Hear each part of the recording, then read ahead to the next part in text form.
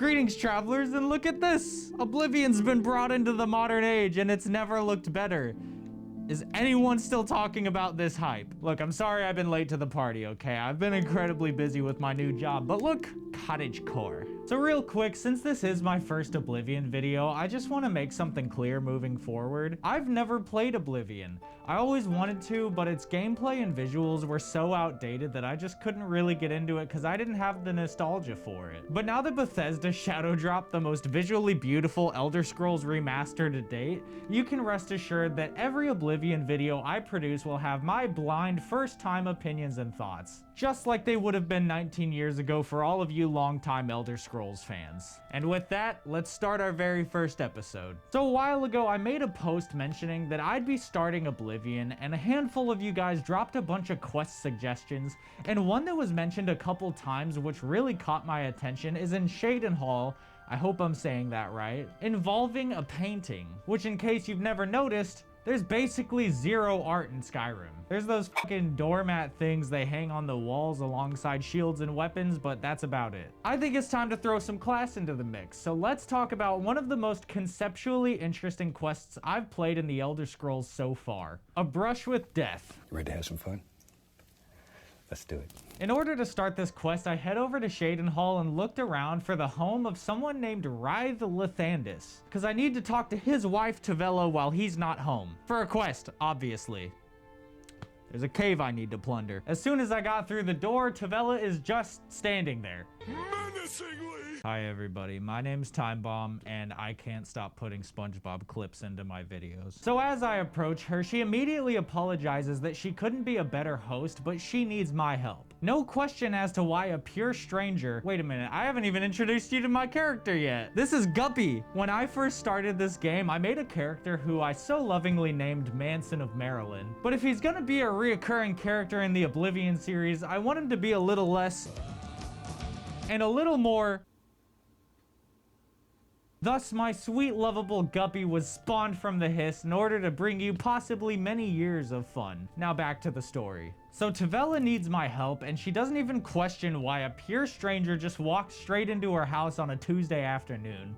I am sorry to be so forward, but I desperately need your help. You're here now, and you're going to help me. Tavella tells me that her husband has gone missing and she just doesn't know what to do. Again, a stranger walked into her house, and the first thing she tells him is that her husband has disappeared with no sign of whether or not he will return. You're lucky Guppy is only interested in fish flakes, otherwise you'd be pretty f***ed right about now. As I ask more about her husband, she's really quick to let me know that he's a pretty big deal. Writhe is known far and wide as one of the best painters in all Cyrodiil. So Writhe is apparently a world-renowned painter, known to be one of the best in all of Cyrodiil, with paintings so perfect some say they can even see the trees blowing in the wind. And he's so dedicated to his art that he spends most of his time locked away in his studio just painting away, day in, day out, only ever leaving to eat or sleep. But as of 2 days ago, he hasn't left the studio at all, which he occasionally does from time to time, but now it's been over 24 hours,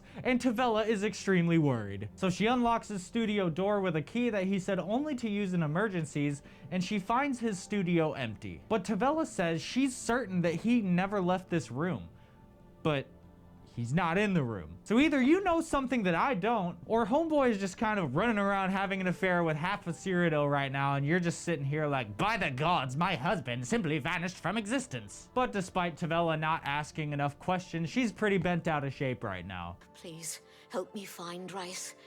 I love him dearly, and I am so worried. So the conversation ends, and after a quick little OCD attack of clicking my sticks, I start looking for his studio. I'd ask Tavella for directions, but she doesn't seem to be taking this tragedy very well with her paranormal activity ass, so I suppose I'll just find it myself, starting by looking in the basement. Turns out the door to his studio wasn't in the basement, and the loot goblin living inside the walls of my body decided it was time to steal a bunch of shit from this already mentally declining woman's home. And then I came back upstairs, found the room I actually belong in, so I opened the door to his studio with the key she gave me, and sure enough, We've got an art gallery with some paintings laying around in various states of completion. I'm trying to conduct my investigation, but Tavella is seriously having some sort of mental breakdown. I've given the best years of my life to this place, and they think they can just fire me like that? Like trash? I don't think so. SpongeBob? Is that you? I've been waiting for you, Patrick! But one of these paintings stands out among the rest. Sitting front and center on one side of the room, a clearing in the forest with whatever this Chad is posing for the picture. Life good. As I approach it, a button prompt shows up reading probably the most unexpected thing I could have imagined at the time. Unusual painting to the painted world. I really need to lay off the moon sugar, but sure, let's go a little deeper on this 4-day bender I've been on.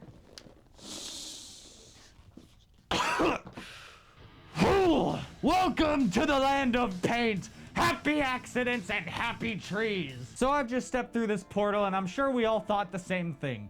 What kind of twisted world are we gonna have to go through in order to find Rife? I had this whole idea in my head of what this quest would be, and I couldn't be more excited to see what was on the other side of this rabbit hole. Where did you come from? Call this quest lazy, call Rallis lazy. Either way, he's literally within arm's reach as soon as you step through the portal. Rallis got trapped in his painting with no clue of whether or not he would find his way out.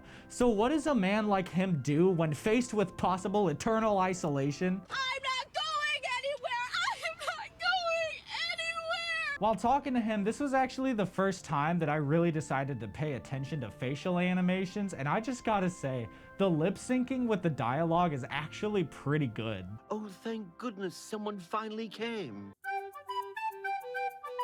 And this is the part where he breaks the bad news. As the newest member of the paint world, I am now stuck here with Rythe, and this whole mess we're in is all thanks to a thief. Rythe says he was in his studio when suddenly a Bosmer in dark clothing approached him and knocked him unconscious before he could call for help.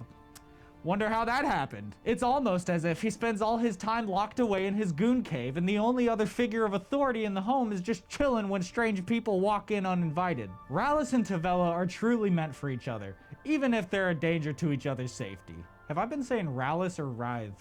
I keep mistaking Rallis for Rythe. Who the fuck is Rallis? So Rythe tells us that once he woke up, the door to the studio was still locked, the thief was nowhere in sight, but Rythe's magical paintbrush had been stolen. And that's when he noticed the Play-Doh gorilla on his painting, so he's assuming the thief knocked him out cold, took the brush, leapt into his painting, and poorly painted some trolls to protect him from anyone who might try to come retrieve his paintbrush. And while time is possibly of the essence right now, what would the Elder Scrolls be without its lore? It's hard to say, but Rythe decides he'll tell me more about the brush if I want him to, so let's have a quick little history lesson. The brush of true paint seemed to have appeared with the arrival of an unknown artist who was serving in the Arnesian War of 396. This man was probably pretty good with a canvas in front of him, but that didn't matter when he lost functionality in both of his arms after a fucking fireball exploded next to him. And as a devout follower of Lady Dibella, he prayed, obviously without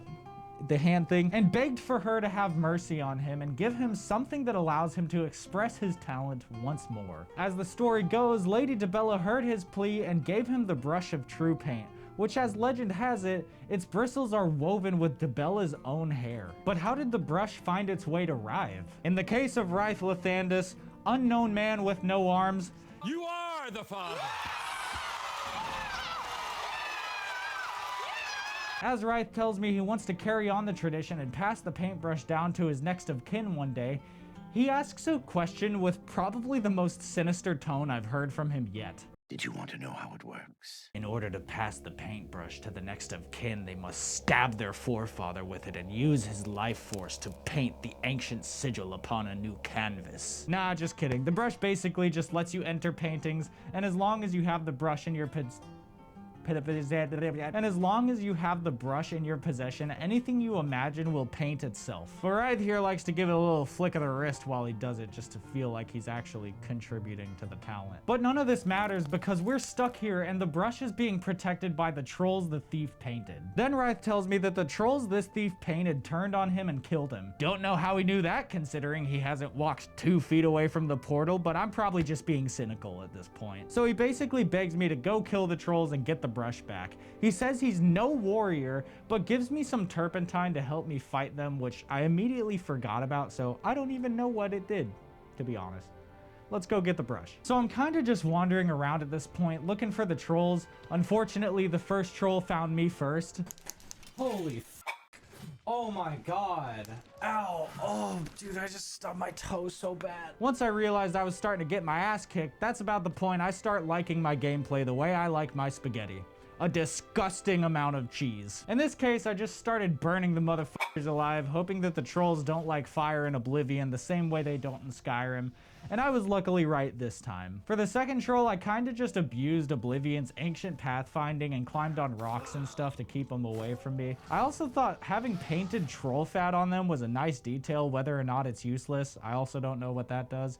I'm sure it's just like an alchemy ingredient. And finally, the last troll I fight is in the clearing where Rythe was last working on the painting before the brush was stolen. And there's the dumbass who stole the brush. Now, this being the last troll that I fight, I tried to do it fair and square the first time. If I'd acknowledged the turpentine Rythe gave me, it probably would have gone a lot more smoothly, but I guess we'll never know. then during my second attempt, he kind of got stuck on the rock, so I just burned his ass until I could get a couple last petty slashes on him. And that's pretty much that. I grabbed the brush of true paint off the thief's mangled corpse and had a nice little stroll back to Rythe. And here's where my conspiracy theory brain started firing. He takes the brush and says he's gonna make a new portal home, but I have to go through first, otherwise I'll be stuck in here forever. But how would you know that if I'm not the first person who came in here with you? What if Rythe is having affairs in his paintings, possibly trapping women inside of them so that they never tell his secrets, they vanish without a trace, he gets to do his thing or whatever, and all under his wife's nose, who isn't allowed in the studio unless in extreme emergencies? What do you have to say for yourself, Rythe? No time to talk.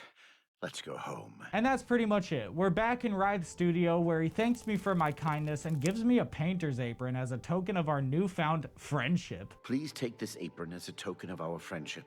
It's not much, but perhaps it will help you in the future. Wow, thank you so much. I'm never going to interact with you again, but have fun painting. And with that, A Brush with Death has been completed. And from the river Guppy rises to the river Guppy returns with another good deed under his gills. It's time for a peaceful evening swim after all that work. I hope you guys enjoyed the video, and give me a in the comments if you made it this far, and if you want to stick around for more, please consider subscribing. We just passed 6,000 subscribers recently, so it's almost time to start thinking about what ghost towns we want to invade and turn into a medieval village. And finally, special thank you to all of my amazing channel members for their generosity and the faith they have in my little show.